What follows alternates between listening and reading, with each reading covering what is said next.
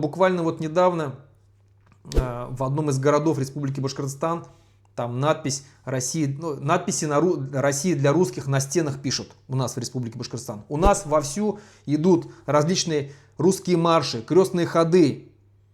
Русская община просто чувствует себя вольготно здесь, в Республике Башкортостан, открывая постоянно офис за офисом в разных городах нашего Башкортостана.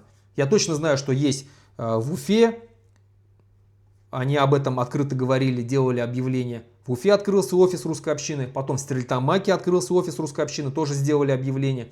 Потом в Салавате открылся офис русской общины, тоже об этом сделали они заявление. И они поддерживаются непосредственно премьер-министром Республики Башкортостан Андреем Назаровым, который их спонсирует. Я напомню, что Андрей Назаров — это человек, который был ранее судим за изнасилование башкирки.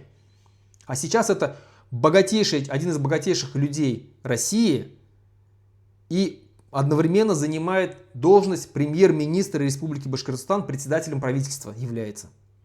И вот он, по сути, русский националист, русский нацист, человек, который поддерживает русскую общину открыто, спонсируя ее, оплачивая ей офисы, оплачивая спортзалы и так далее.